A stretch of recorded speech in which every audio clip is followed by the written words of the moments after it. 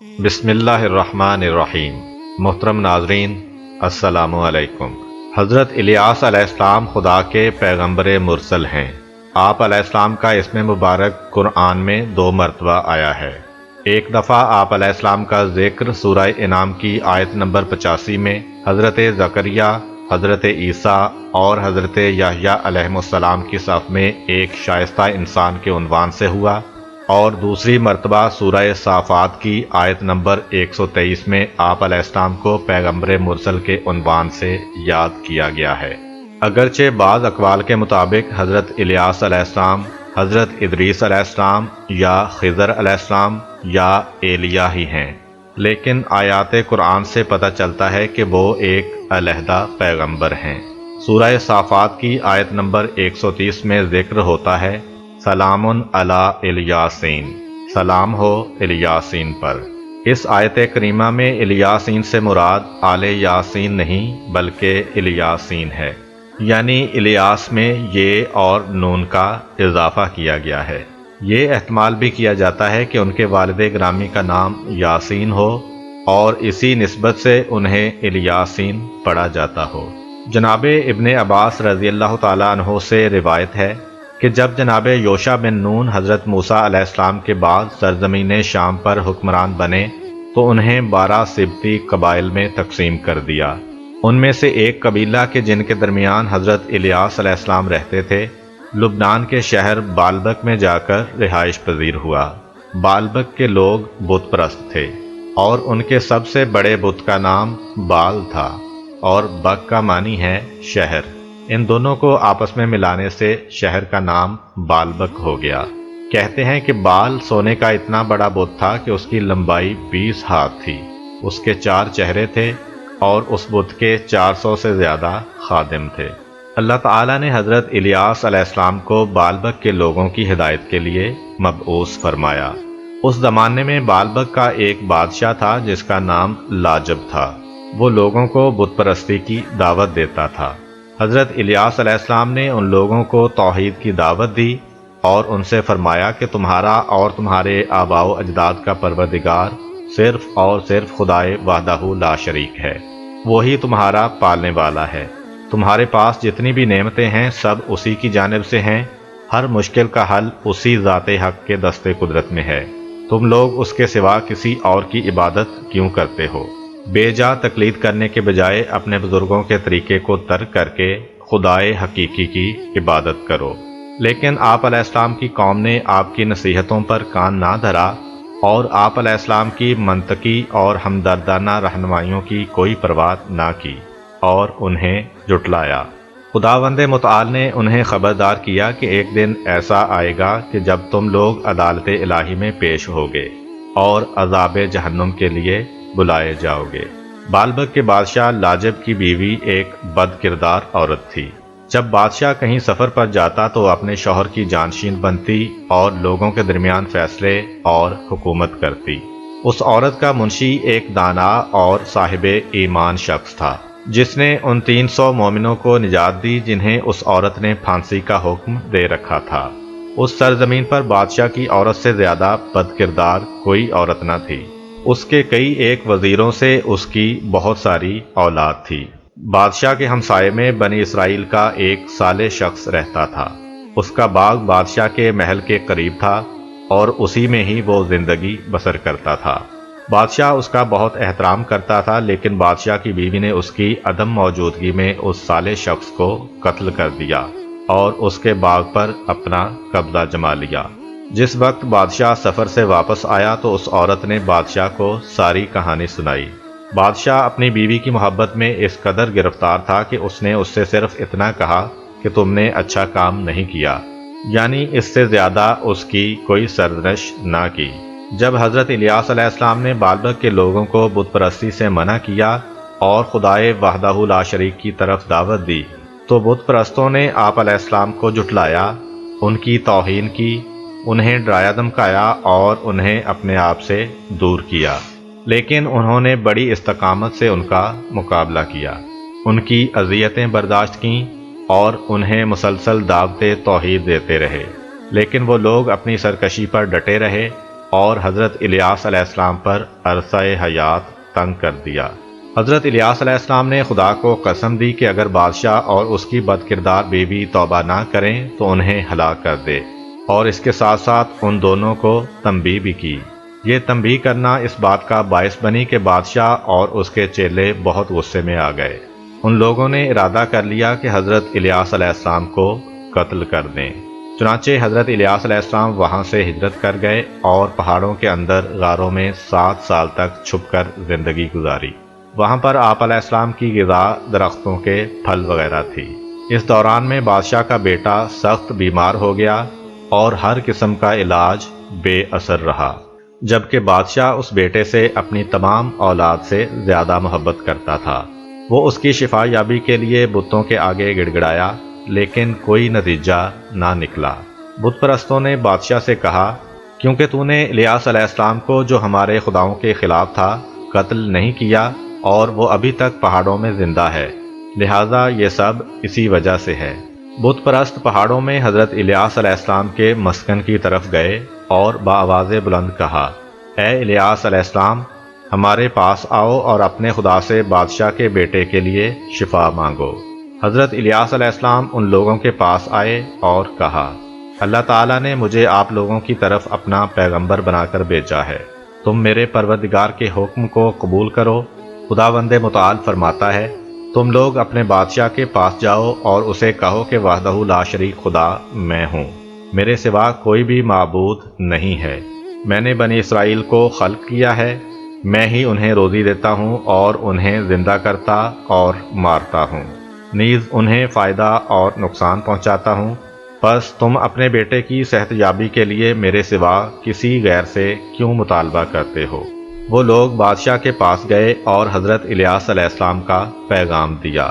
بادشاہ نے غصے میں آ کر ان لوگوں سے کہا، جب الیاس تمہارے پاس آیا تھا تو تم لوگوں نے اسے کیوں نہیں پکڑا اور اس کی گردن میں رسی ڈال کر کھینچتے ہوئے میرے پاس لے کر کیوں نہیں آئے؟ وہ میرا دشمن ہے۔ بت پرستوں نے کہا، جب ہم نے جناب الیاس علیہ السلام کو دیکھا تو ہمارے دلوں پر ان کا اس قدر رعب طاری ہو گیا تھا کہ ہم کچھ بھی نہ کر سکے۔ اس کے بعد بادشاہ کے طرفدار 50 سرکش اور دلیر افراد اس بات پر آمادہ ہوئے کہ پہاڑ کی سمت جائیں اور حضرت الیاس علیہ السلام کو گرفتار کر کے بادشاہ کے پاس لے آئیں۔ بادشاہ نے اپنے کارندوں سے کہا کہ الیاس علیہ السلام کو لالچ دے کر گرفتار کرو اور میرے پاس لے آؤ۔ وہ لوگ پہاڑ کی طرف روانہ ہوئے، وہاں پہنچ کر ایک دوسرے سے علیحدہ علیحدہ ہو گئے اور جناب الیاس علیہ السلام کی تلاش میں لگ گئے، جبکہ وہ چیخ چیخ کر کہہ رہے تھے، اے پیغمبر خدا، ہمارے پاس آئیں، ہم آپ پر ایمان لے آئے ہیں۔ جس وقت حضرت الیاس علیہ السلام نے ان کی آوازیں سنی اس وقت آپ غار میں تھے۔ آپ علیہ السلام نے خدا کی بارگاہ میں عرض کیا، خدایا، اگر یہ سچ کہہ رہے ہیں تو مجھے اجازت دے کہ ان کے پاس جاؤں، اور اگر یہ جھوٹ بول رہے ہیں تو مجھے ان کے نقصان سے محفوظ رکھ اور انہیں آگ کا شکار بنا دے۔ ابھی حضرت الیاس علیہ السلام کی دعا مکمل نہ ہوئی تھی کہ ان کے اوپر آگ برسی جس نے انہیں جلا کر راکھ کر دیا۔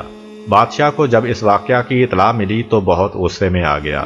اس نے اپنی بیوی کے منشی جو کہ ایک دانا اور مومن شخص تھا کو کچھ لوگوں کے ہمراہ اس پہاڑ کی جانب بھیجا جہاں پر حضرت الیاس علیہ السلام نے پناہ لی ہوئی تھی، اور ان سے کہا، الیاس سے کہو اب توبہ کرنے کا وقت آ چکا ہے، لہٰذا آئیں بادشاہ کے پاس چلتے ہیں تاکہ وہ ہمارے ساتھ ملحق ہو جائے اور ہمیں اس کام کا حکم دیں جو خدا کی خوشنودی کا موجب ہو، نیز اپنی قوم کو حکم دیں کہ بت پرستی چھوڑ کر خدائے وحدہ لا شریک پر ایمان لے آئے۔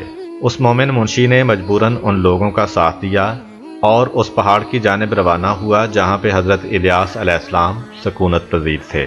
حضرت الیاس علیہ السلام نے جب اس مومن منشی کی آواز سنی تو اسے پہچان لیا۔ اسی وقت اللہ کی جانب سے ان پر وحی نازل ہوئی کہ آپ اپنے مومن بھائی کے پاس جائیں، اسے خوش آمدید کہیں اور احوال پرسی کریں۔ جناب الیاس علیہ السلام اس مومن منشی کے پاس گئے تو مومن نے کہا، بادشاہ اور اس کے کارندوں نے مجھے آپ کے پاس بھیجا ہے کہ میں آپ کو ایسے ایسے کہوں۔ مجھے ڈر ہے کہ اگر آپ ہمارے ہمراہ نہیں جائیں گے تو بادشاہ مجھے قتل کروا دے گا۔ اس وقت حضرت الیاس علیہ السلام پر وحی نازل ہوئی کہ یہ بادشاہ کی طرف سے آپ کو گرفتار کرنے کے لیے دھوکہ اور چال بازی ہے۔ میں اس کے بیٹے کے مرض میں اضافہ کر کے اسے موت کے گھاٹ اتار کر ایسا کام کروں گا کہ بادشاہ اور اس کے کارندے مومن منشی سے غافل ہو جائیں گے۔ اس مومن منشی سے کہہ دیں کہ وہ بے خوف ہو کر واپس چلا جائے۔ مومن منشی اپنے ساتھیوں کے ہمراہ واپس پلٹ آیا۔ کیا دیکھتا ہے کہ بادشاہ کا بیٹا شدت مرض میں گرفتار ہے۔ سب اسی کے بارے میں حیران و پریشان ہیں۔ اس کا لڑکا شدت مرض کی وجہ سے موت کے منہ میں چلا گیا۔ بادشاہ اور اس کے حواری نازل ہونے والی اس مصیبت کی وجہ سے کچھ عرصہ کے لیے سب کچھ بھول گئے۔ کافی عرصہ گزرنے کے بعد بادشاہ نے مومن منشی سے پوچھا، تم نے اپنا کام کہاں تک پہنچایا ہے؟ مومن منشی نے کہا، مجھے الیاس کے ٹھکانے کے بارے میں کچھ بھی معلوم نہیں ہے۔ اس کے بعد حضرت الیاس علیہ السلام پہاڑ سے نیچے اترے اور مخفی طور پر حضرت یونس علیہ السلام کی والدہ کے گھر گئے اور 6 ماہ تک وہاں چھپے رہے۔ پھر دوبارہ پہاڑ کی طرف چلے گئے۔ اللہ تعالیٰ نے 7 سال مخفی زندگی گزارنے کے بعد حضرت الیاس علیہ السلام پر وحی بھیجی کہ آپ جو چاہتے ہیں مجھ سے مانگیں۔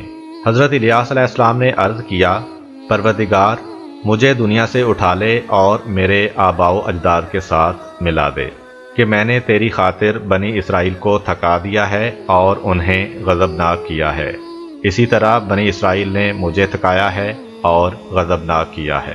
خداوند متعال نے فرمایا، ابھی وہ وقت نہیں پہنچا ہے کہ میں زمین اور اس پر بسنے والوں کو تیرے وجود سے خالی کروں، بلکہ زمین اور اس کے ساکنوں کے وجود کا دار و مدار اور استحکام آپ کے وجود مبارک کی وجہ سے ہے۔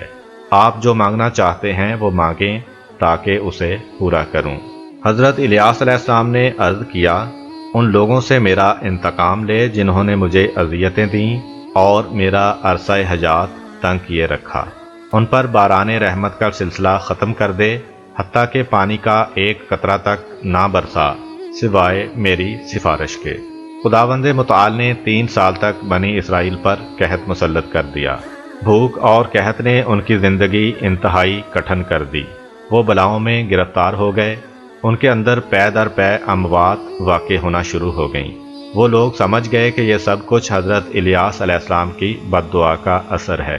وہ انتہائی مفلوق الحالی میں شرمندگی کے ساتھ حضرت علیہ السلام کے پاس آئے اور کہا، ہم سب آپ کے مطیع اور فرما بردار ہیں، ہمارے حال پر رحم کریں۔ حضرت الیاس علیہ السلام ان کے ہمراہ شہر بالبک میں داخل ہوئے۔ ان کے شاگرد جناب الیسا بھی ان کے ہمراہ تھے۔ وہ سب لوگ مل کر بادشاہ کے پاس گئے۔ بادشاہ نے حضرت الیاس علیہ السلام سے کہا، تم نے بنی اسرائیل کو قحط سے نابود کر دیا ہے۔ آپ علیہ السلام نے فرمایا کہ اس نے انہیں نابود کیا ہے جس نے انہیں گمراہ کیا ہے۔ پھر بادشاہ نے حضرت الیاس علیہ السلام سے کہا کہ اپنے خدا سے کہو کہ بنی اسرائیل کو پانی مہیا کرے۔ چنانچہ جب آدھی رات کا وقت ہوا تو حضرت الیاس علیہ السلام خدا سے راز و نیاز میں مشغول ہو گئے۔ پھر جناب الیسا سے فرمایا، آسمان کی طرف دیکھو، کیا کچھ نظر آ رہا ہے؟ انہوں نے آسمان کی طرف دیکھا اور کہا، بادل دیکھ رہا ہوں۔ حضرت الیاس علیہ السلام نے فرمایا، تمہیں بارش اور پانی کی خوشخبری ہو، اپنے آپ کو بچانا، کہیں پانی میں غرق نہ ہو جانا۔ اللہ تعالیٰ نے پے در پے بارشیں برسائیں، زمین سرسبز و شاداب ہو گئی۔ حضرت الیاس علیہ السلام اپنی قوم میں واپس آ گئے۔ وہ لوگ ایک عرصہ تک ان کے ہمراہ رہے اور راہ خدا پرستی پر قائم رہے، لیکن کچھ عرصہ بعد نعمتوں کی فراوانی اور تکبر کی وجہ سے دوبارہ گمراہ ہو گئے۔ ان لوگوں نے حق الیاس علیہ السلام کا انکار کیا اور ان کے حکم سے سرتابی کی۔ بالآخر اللہ تعالیٰ نے ان کے دشمنوں کو ان لوگوں پر مسلط کر دیا۔ ان کے دشمن ان کے اندر داخل ہو گئے اور انہیں خوب ذلیل و رسوا کیا۔ بادشاہ اور اس کی بیوی کو قتل کر دیا اور ان کی لاشیں اسی باغ میں پھینک دیں جو اس کی بیوی نے ایک صالح شخص سے چھینا تھا۔ حضرت الیاس علیہ السلام نے دشمنوں کی نابودی کے بعد اپنے وصی جناب الیسا علیہ السلام کو کچھ نصیحتیں کیں اور اللہ تعالیٰ کی طرف سے لباس نبوت حضرت الیسا علیہ السلام کو پہنایا۔